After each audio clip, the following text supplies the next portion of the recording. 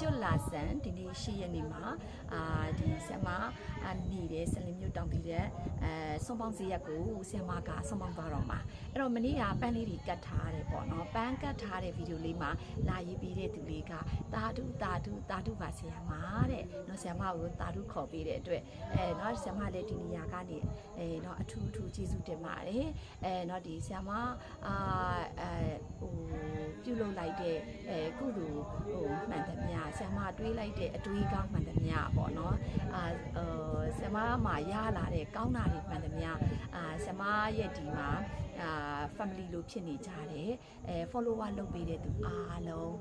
အသေးတွေပေးတဲ့သူအားလုံးเนาะ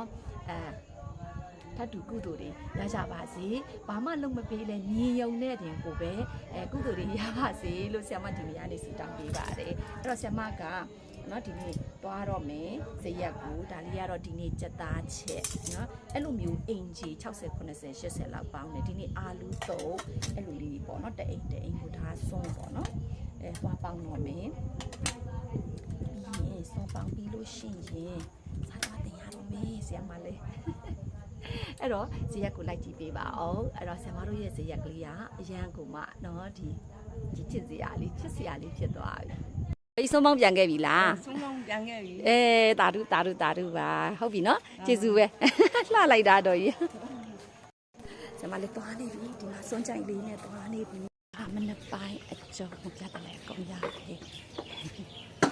မနုကြောနေပြီလားဟုတ်ကဲ့သမီးလေးမချိုမုံနေစားနေပေါ့တော်ပြီရှင်ကရိုက်ဥပုပ်ကြောင်လားဥပုပ်ကြောင်ဇရက်လေးမချိုရဲ့ရင်သွေးတောင်နေတာလေးထည့်လိုက်ချင်သေးတာမရဲ့ညီမ Oh my god ညီမလေးဘာတောက်နေရတော့ရင်သွေး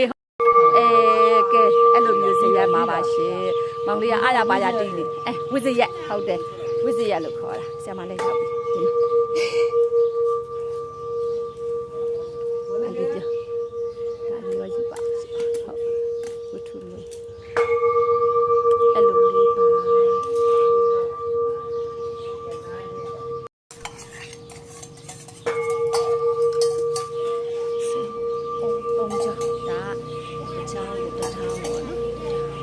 မဘာဆိုမှလည်းပြောဒီ